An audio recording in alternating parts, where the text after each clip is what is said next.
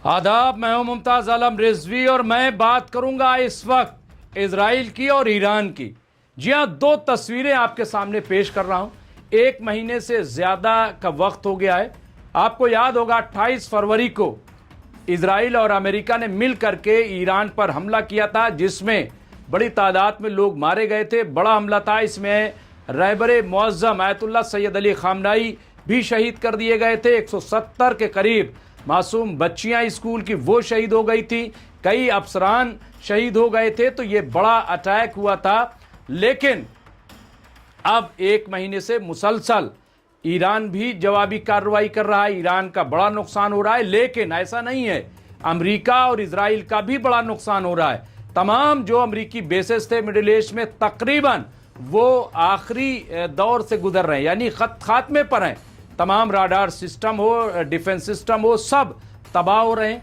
इसी तरह से इजराइल में भी आप देखिए कि एक के बाद एक जिस तरह से हमले ईरान कर रहा है, वहां ना तो थर्ड जो है डिफेंस सिस्टम है काम कर रहा है, ना तो एरो 3 एरो 2 काम कर रहा है, ना तो वहां पे जो और उनके एयर डिफेंस सिस्टम है वो काम कर रहे हैं। कुछ भी काम नहीं कर रहा है। और ईरान अब जो है उनकी मिसाइलें जा करके इजराइल में हिट कर रहे हैं। तेल अवीव में हंगामा है, तेल अवीव तबाही के दहाने पर है। इसके अलावा हाइफा पोर्ट हो या और जो इनके एयरपोर्ट हैं, वो सब आप देखिए कि तबाह हो रहे हैं।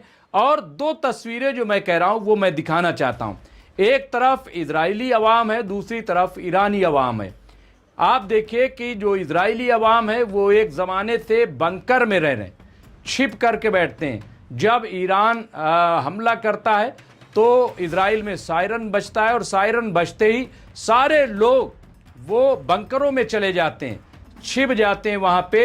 और दूसरी तरफ अगर आप तस्वीर देखेंगे ईरान की, 28 फरवरी से लेकर के आज तक ईरान के ज़्यादातर लोग सड़कों पे हैं। और 1000-2000 नहीं बल्कि लाखों की तादाद, चाहे वो कुम हो, चाहे मशहद हो, तेहरान हो, अस्फहान हो या और जो इनके बड़े शहर हैं, वहाँ पे आप देखिए कि बड़ी तादाद में लाखों लाख लोग मैदान में उतरे हुए हैं और अमेरिका को चैलेंज कर रहे हैं, इजराइल को चैलेंज कर रहे हैं और अपनी सरकार से ये डिमांड कर रहे हैं कि जब तक इन्हें मुंहतोड़ जवाब न दे दिया जाए, जब तक इन्हें घुटने पर न लाद दिया जाए, तब तक अब रुकना नहीं है। ये ईरान की आवाम का कहना है। दूसरी तरफ आप देखिए कि अमेरिका हो या ईरान, यहां जहां एक तरफ लोग बंकरों में छिप रहे हैं, वहीं दूसरी तरफ आप ये देखिए कि जब निकलते हैं बाहर तो वो ईरान के खिलाफ प्रोटेस्ट नहीं कर रहे हैं, बल्कि वो अपनी सरकार के खिलाफ प्रोटेस्ट कर रहे हैं। वो इजराइल के खिलाफ प्रोटेस्ट कर रहे हैं, आवाज बुलंद कर रहे हैं। और ये प्रोटेस्ट आज से नहीं बल्कि 7 अक्टूबर 2023 से पहले से भ्रष्टाचार को लेकर के, बदउनवानी को लेकर के किया जा रहा है। क्योंकि जो इजराइल के वजीर आजम हैं बेंजामिन नेतन्याहू, वो भ्रष्टाचार के मामले में फंसे हुए हैं, उन पे रिश्वतखोरी का बड़ा मामला है।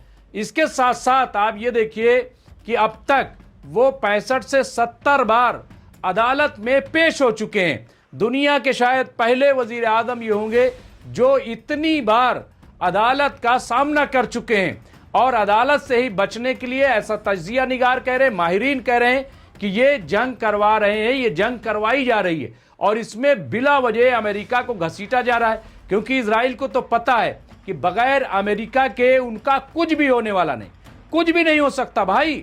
तो अमेरिका को इसमें लाओ, अमेरिका को इसमें कुदा दो, और वही काम यहां पे किया जा रहा है। और अमेरिका कूदता भी है। अब न जाने क्यों, क्या मजबूरी है, एप्स्टीन फाइल है या क्या है, लेकिन अमेरिका इसमें कूदता है। अब आप ये देखिए कि बैलिस्टिक मिसाइल जो बहुत ही जबरदस्त किस्म की ईरान की मिसाइल है, अब वो अटैक कर रही है, वो हमला कर रहे हैं। और बात यह नहीं है कि ईरान सिर्फ हमला कर रहा, बात यह है कि हिजबुल्लाह भी, हिजबुल्लाह जिसकी दूरी महज 40 से 50 किलोमीटर है, अब तक 1100 हमले जो है रॉकेट और मिसाइल से हमले अब तक हिजबुल्लाह कर चुका है। इसके साथ साथ आप देखिए तो अब अंसारुल्लाह हौती भी मैदान में आ रहा है, वो भी अब अटैक करने की पूरी तैयारी है, कुछ अटैक किए भी हैं। तो और अब बूट्स ऑन ग्राउंड की जब बात होती है तो भले ही ईरान में बूट्स ऑन ग्राउंड हो ना हो, लेकिन ऐसा लग रहा है कि इजराइल के अंदर बूट्स ऑन ग्राउंड हो जाएगा, क्योंकि बहरैन वहां तख्ता पलट बिल्कुल करीब है।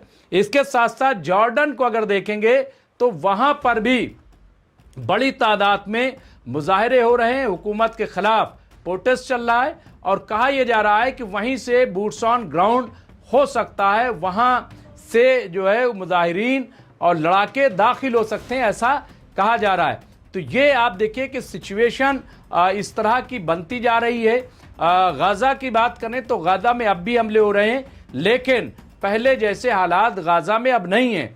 वहाँ के लोग थोड़ा से राहत महसूस कर रहे हैं, क्योंकि इजराइल का सारा टारगेट जो है वो इस वक्त ईरान की तरफ है, तो इसलिए वहाँ पे राहत है। लेकिन बेंजामिन नेतन्याहू के बारे में कहा जा रहा है कि वो अब नया प्लान बना रहे हैं, वो ग्रेटर इजराइल के काम में लग गए हैं, लेबनान का काफ़ी हिस्सा वो कब्जा कर रहे हैं और अब अगला निशाना उनका सऊदी अरब है, वो सऊदी अरब पर कब्जा करेंगे। फिलिस्तीन पर तो ऑलरेडी कब्जा ही है और सीरिया जो है वहाँ पर भी उनका कब्जा है। मतलब ये एक खाका बनाया जा रहा है। लेकिन खबर ये आ रही है कि हिजबुल्लाह ने इनके कब्जे वाली जो जगह थी उसे खाली करवा लिया है और हिजबुल्लाह बहुत तेजी से इजराइल की तरफ बढ़ रहा है।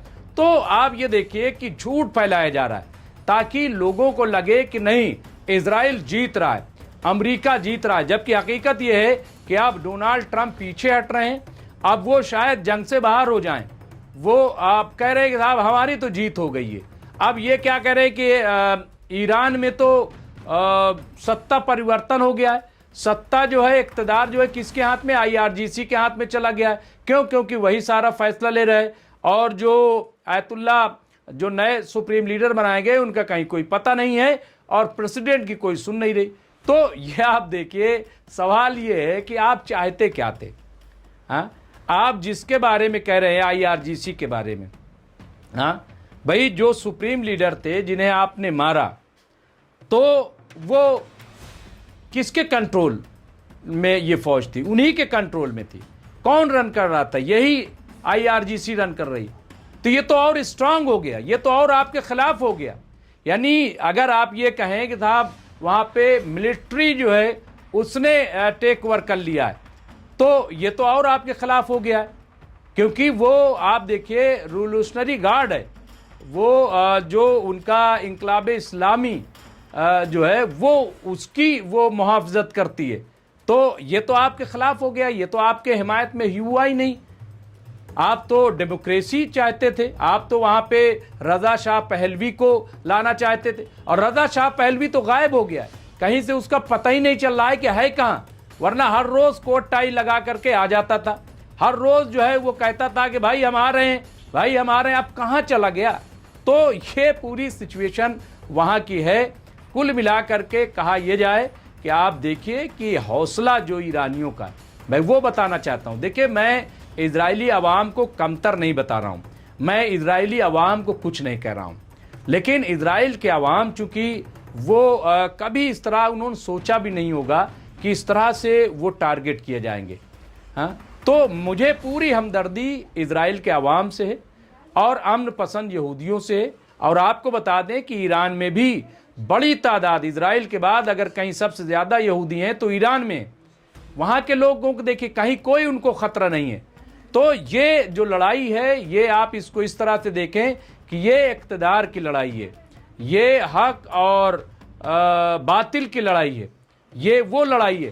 तो इसलिए वहाँ वो जा रहे हैं। तो मैं ये नहीं कह रहा हूँ कि वो वहाँ के अवाम जो है, चूँकि उनके सामने कभी ऐसा रहे, ईरान जो है इस तरह के हमले झेलते रहा है, ईरान पे इस तरह के अटैक होते रहे, तमाम पाबंदियाँ हैं, हमले हैं, सब कुछ है। तो ईरान के लोग वहाँ पे इस तरह से तैयार हैं। आपको बता दें कि इजराइल में 25 लाख के करीब ऐसी रिपोर्ट आ रही है कि लोग वहाँ से जा चुके। कई शहर 90% तक खाली हो चुके हैं इजराइल के अंदर। लेकिन क्या ईरान से कोई गया है? क्या ईरान के लोगों ने ईरान को छोड़ने की बात कही है? नहीं कही है। तो ये फ़र्क है, डटे हुए हैं शीशा पिलाई हुई दीवार की तरह। तो ये दोनों में फ़र्क है। अब बहरहाल जो भी नतीजा हो, लेकिन ये अब तक की सबसे इम्पॉर्टेंट खबर थी जो हमने आपकी खिदमत पेश की है। इस तरह की खबरों के लिए देखते रहे MMC न्यूज़ इंडिया। बहुत बहुत शुक्रिया।